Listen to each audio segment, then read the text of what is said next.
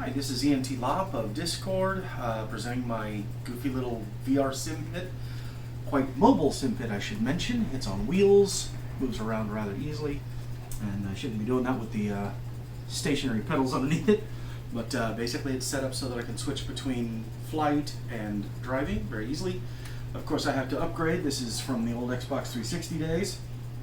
But otherwise it's decent little setup. It works really well. Right now it's set up for VR and streaming. This is a camera holder right here so that I can actually stream while recording in VR. This is of course the VR headset right here. It has this extra white cable there because it's set up for doing some hand tracking in VR. Some games, some things that I mess with work with that. I have two cables that are about 20 feet long total, all going to the computer over there. And of course the controls that sometimes do get used, sometimes don't. Usually don't with this whole setup here. I have a Contour Shuttle Pro. Some games support it, some games don't. But if nothing else, it replicates a bunch of extra buttons. And when I reach over the throttle, I can easily reach this and change whatever I need to in whatever game, like Elite Dangerous, Everspace, etc. I have an X52 Pro here. The Elite Dangerous standard. The whole setup looks best on Elite Dangerous, what they say. It works really well for Elite Dangerous.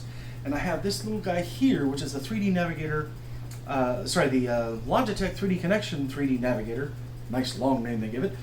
This is a 6 Degree of Freedom mini joystick. It's nothing too fancy, but docking in Elite Dangerous is one of the coolest little things to have that. I never use the auto dock as a result. One of the biggest problems with Elite Dangerous in VR is navigating the universe map or the galaxy map, because you can't really move around with a mouse, etc. This is a touchpad. It is not mobile. It's stationary and actually works really, really well.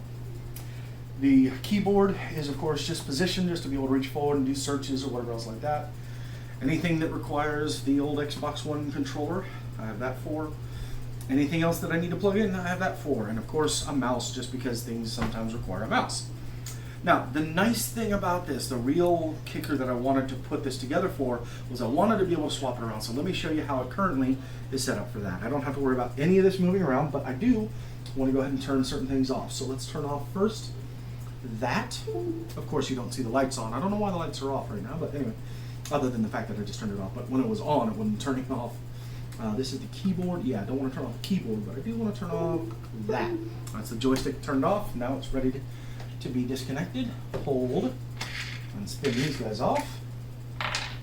Spin. I need to put a little bag on the side or something to be able to hold these properly. Thinking about changing out the wing nuts to big thumb nuts, which would be really cool. Letting this go down. It goes all the way down. Now you'll see, I don't know if you can see underneath, but the pedals actually do get in the way, so I have to press down to let that go down.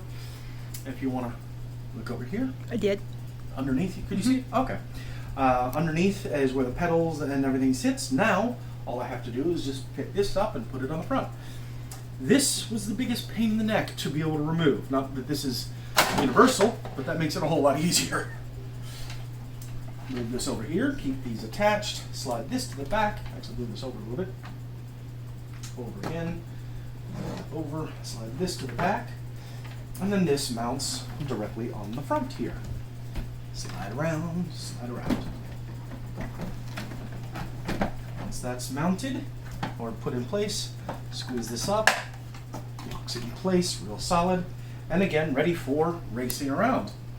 The cables have a little bit of wire management. I'm going to do some better clipping back here in this hole back here for that purpose. Right now it works well enough, it does the job, but I do have some work to be done. This is of course an Xbox 360 steering wheel. It is a joke in Windows 10. It works very well except for two problems. One, the biggest problem for most racing nerds is going to be the abysmal 270-degree rotation. It does not even do a full 360-degree rotation. And secondly, you can actually hear the motors in there right now. It's fighting me right now. But it is a force feedback wheel that does not work in Windows 10. The wheel works, the force feedback doesn't. And that was the saddest part, because I've had this for quite some time, hoping to use it in Windows 10, and especially in VR. And while it works to play games, it does not work at all for VR. So I mean for force feedback. So that's the downside. Anyway, to switch back over, obviously pull that front, drop this over, make sure the cables don't get tangled or anything like that. That is supposed to stay like that. Then just lock in place. Slide this forward, reach under for the joystick and pull everything back up. Of course, I should have remembered that that was in the way. But these come up, put the nut and the wing nut back on. Nicely. It does about a half turn. It helps to not drop expensive controllers. Same thing here. About a half turn and that's it. That's locked down. That's exactly where it should be. I do want to find the source of that squeak because that's annoying. But put back in place, turn things back on the way they should be, and ready to fly back again. That is pretty much it. There is one little downside if you ever get this wonderful / horrible touchpad. If you ever end up getting it, don't mount it like I did, because the switch is on the right side and I can't actually turn it on or off without removing it.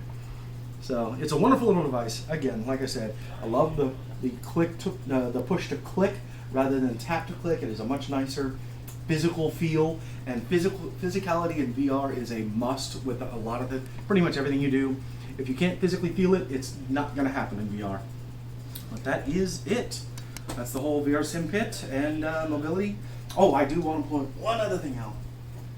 Very, very long cable. This is both a USB cable that goes to this USB hub that connects to the computer over there, and the power cord that is mounted on the side that I have the hub and the steering wheel plugged into. There's not really a need for a lot of power other than those two things, so that's the whole purpose of that. But if I ever need to plug anything else in, I've got plenty of ports on that on the side. And nice long cable there. Same with the HDMI over here. Not HDMI, the VR headset cable over here. Oh, hey, there's the chat. Let's pick that up. This is about a 20-foot cord. The other one's about a 15-foot cord in total. This at 20 feet means I can move around the room. Now, of course, at the end of the day, I can easily just spin this around, take this out, and I'm trying to figure out a method for mounting this because there's actually a cable that's attached that I got to deal with. But take this out, then slide the whole thing over. I can just slide over here so that I have the whole room available for VR. That is it.